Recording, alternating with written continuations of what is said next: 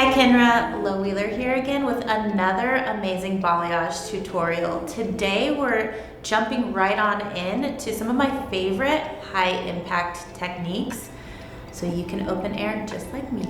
Let's get into it. In talking to Olivia, she mentioned that she had previously put box color in her hair a few years ago. Usually I would be very apprehensive in working on clients that have this color history.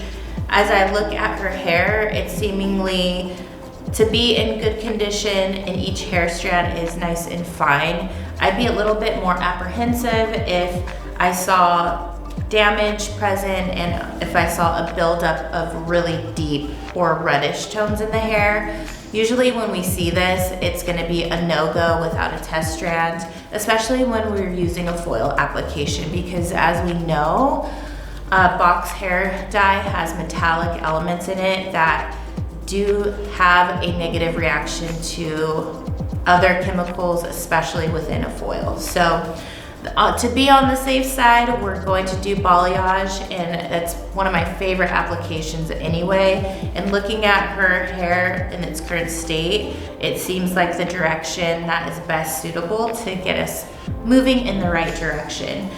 Looking at her hair, I just split it right in the middle, and part of her sectioning for this initial placement is going to be the underneath. We have a little bit of layers in the hair, and we know we are going to wear all of our hair to the front. So I want to make sure that before I start blonding this front area, we can connect to all the way through to the very ends. So we can see the simplest little section is just a U-type section in the back nape, pulling that hair right over the shoulders, and we're going to start there with our application.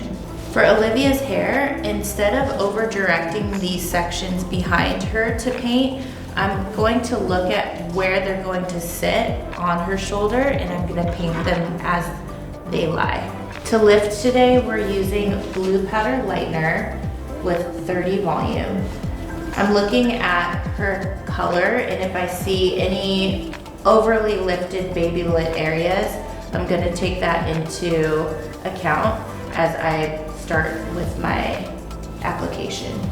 So first I'm going to lay the lightener on the surface of the outside and then come in and hit the underneath.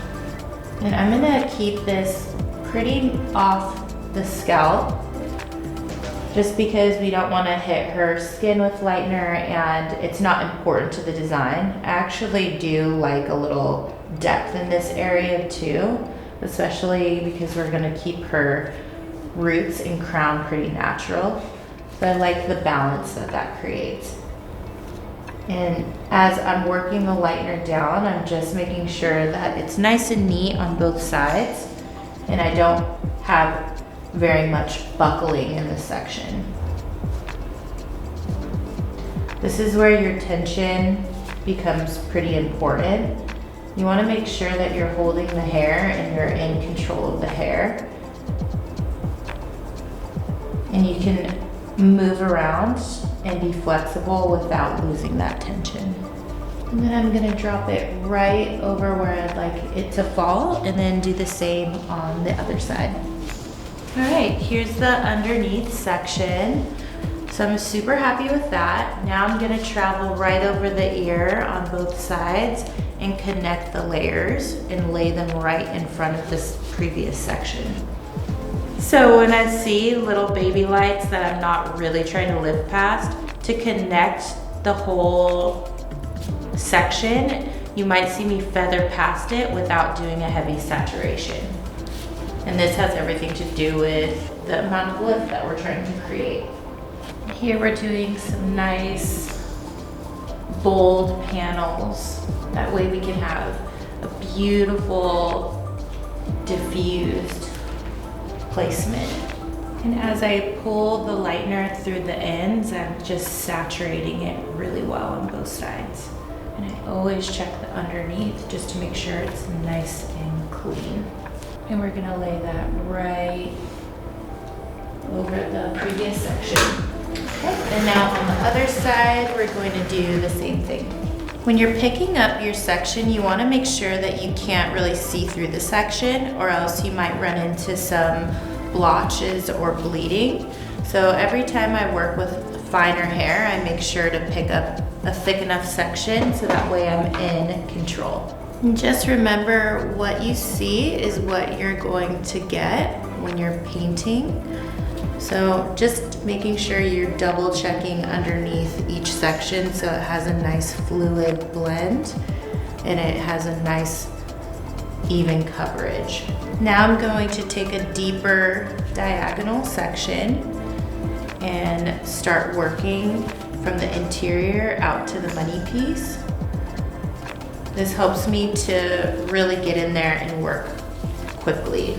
Usually in this area, I like to maintain a little bit of depth just because it gives contrast to what we do for our placement in the top crown.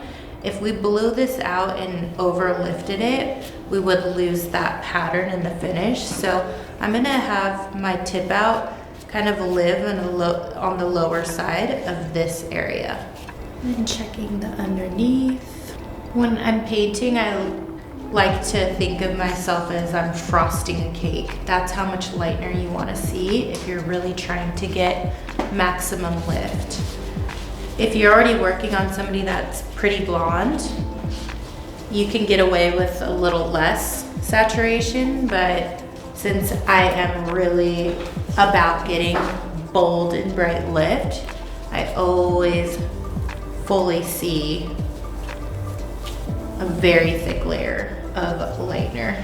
So now here we see a little bit of her old money piece. I'm gonna follow this as a guideline and then I'm going to connect it through here. And now that we're getting around her cheek area, instead of having this right near her face, I'm going to lay this piece right at her shoulder. You don't wanna do it too firmly because that's where little mistakes happen. So I'm gonna rearrange this guy. So now I'm gonna put the cotton here and then lay the section over the shoulder. Again, we're gonna see this money piece from before and just follow it as a guide. Okay, so now we're in the top side panels. And so I'm going to start looking at this a little bit differently. So instead of cutting at a horizontal and continuing what we're doing, I'm going to start to come in at a diagonal because I'd like to have a couple distinctive ribbons that I'd like to place over the shoulder this way. This is gonna give us a nice, clean and easy design. Again, there's a couple little highlights, so I'm just gonna follow the pattern there and continue to lay my panels in. And remember, when you're painting near the crown, you don't want to saturate. You want to have the product lay on the surface of the section, and then as you work towards the ends, that's a more ideal area to saturate if you want to have like a nice soft fluid blend. And now we're going to move to the other side. You just want to be cautious with super fine hair because balayage, you want it to be clean, and super fine hair tends to not be able to hold the weight of the product. So for those reasons, I like to keep some cotton handy so that it creates a little buffer so the weight of the lightener doesn't cause any unnecessary bleeds in the design. So I want to have a defined high point that kind of mimics some of this old oil work that she has. So I'm just doing a little precision highlight and then I'm going to follow through with that panel. When you're painting, you just want to respect what is in the hair already and use it to your advantage. I don't turn on blinders and just kind of treat everyone like they have the same base. If they have things I want to cover, I'll use my lightener as an eraser and I'll blur and blend and remove color with the lightener. If there's pretty things, pretty elements that I can use as part of my design and create ease with that, I will absolutely do that. So she has a little money piece here, so I don't need to overwork it. I can just seamlessly build on it. And then the same is true with these highlights. If there's like a little room to add more dimension, more pops, we can do that, and it all flows together. This is why it's so customizable when you start painting, because you can really just look at what is present in the hair and build. Versus foiling, you just kind of have to repeat a pattern over and over and over again. And it's more about, you know, sectioning and making sure you're getting coverage. Versus open air, you're really just looking at the surface and making some judgment calls and connecting the dots, which I feel like painting is a lot less labor in my opinion, but it is more creative and you do have to build the skill set, which is why most people I find shy away from it as a go-to behind the chair. But if you can put the time and effort into building the motor skill, it is such a positive practice to just have in your toolkit. You may notice that I'm using a different brush for wider sections, and like the main reason for this is that you can pick up way more product with a bigger brush. And if you have a little brush, you can do more detail. So when you think about your setup before you start, if you have multiple brush sizes, it just does create a point of ease with your application. It's like, you know, foiling is the same thing. When you have a lot of length and wide section, you don't want to use a little bitty half foil. You use a big foil. So the same thing is true with your brush size. Okay, so looking at our application, I'm feeling really good about the boldness that we're creating in the front and underneath. So how I want to tie this in is going to be pretty minimal because I still want her to overall have a natural look in her hair. So I'm going to subsection out her crown. We definitely want to add some color and tone in here. If I'm bold about it, then we'll get some really pretty highlights peeking through when it all splits after the wash and tone. So I'm gonna put this aside, and then I'm gonna look at what we have down here. Because if you remember in the very beginning, we already did her very underneath. It's just lying in front of her chest right now instead of behind her back. We can just look at it. I like a couple darker corners because that makes contrast between these light pockets that we created in the front. Looking at this section, as we recall, the very nape is already been blonding for the last several minutes, so it's just positioned in the front of her chest versus processing back here. But I know that based on how light these corners are, they're gonna continue to look light and bright if we have a low light next to it. So for these reasons, you don't wanna get carried away and over blonde everything because you'll lose the lightness and the contrast. So I'm going to take this section in the middle, we'll do a tip out, and then leave these guys as low lights. So pulling a big section like this, you're gonna wanna pull the section nice and tight.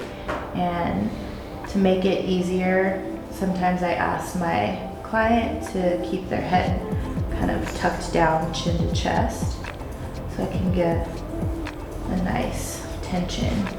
Sometimes when you're laying on this much lightener, it's easy to wipe the lightener off with the brush as you go. So I'll get a little base going, and then I make sure instead of just keeping my brush pulling the lightener down, you just want to keep adding lightener so you're building that lightener. And that's when you really get beautiful lift, is when the lightener's really, really saturated on the section. At the bottom, I'm gonna just pull it through. saturate a little bit. And then we'll be checking the bottom of this section. Then when I look up, you can see my cute little fingerprints there. You just want to make sure that you're blending. Okay, so really quickly, I think what I've loved the most is just maybe the teeniest little like tip out here on both sides. Here we are with our raw lift, and she looks like a vanilla wafer. I am so obsessed. It is so nice and golden in the best way. To balance this, we're going to start toning with a 9 PV, but before we get in there, I'm just gonna erase some of the old foil lines in her hair with a 7 NA.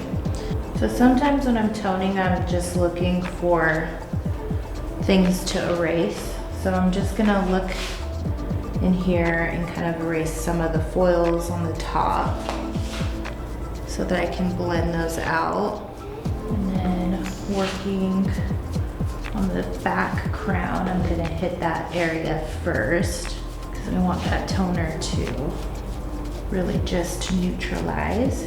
Just like when we're balayaging, whatever the lightener hits first will be the lightest. It's the same with toning. Whatever we tone first is going to be the most neutral. So I look at areas where I want to potentially erase, and then I'll hit that first with like a shadow root. So now there's a little bit more foils in here, so I can just erase that lininess as I see it. And start building that 9 PV through it, just to give it a little bit of added brightness. Okay, now we're gonna look at the sides of her hair.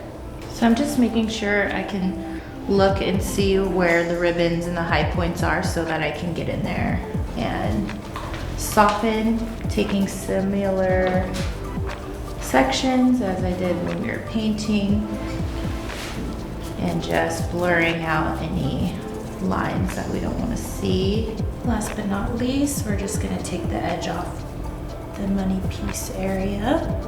So we're just gonna watch this develop. The cream toners can develop up to 20 minutes, but likely we'll give it like 5. This looks really good.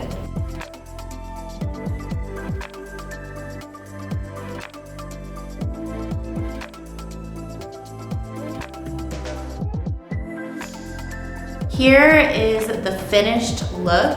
I am so obsessed. She's giving Olsen Twin, she's giving Blake Lively. We love the buttery tones, and this texture is just everything. To style her, we of course went in with a dry texture spray over a loose wave, and to give a little soft base to the texture of her hair, we of course had to jump in with the blow dry spray. Let's walk you through a recap of what we did for her color. To start, we sectioned out the back underneath of her hair to build this beautiful, bright, connective ribbons that will play into her overall money piece.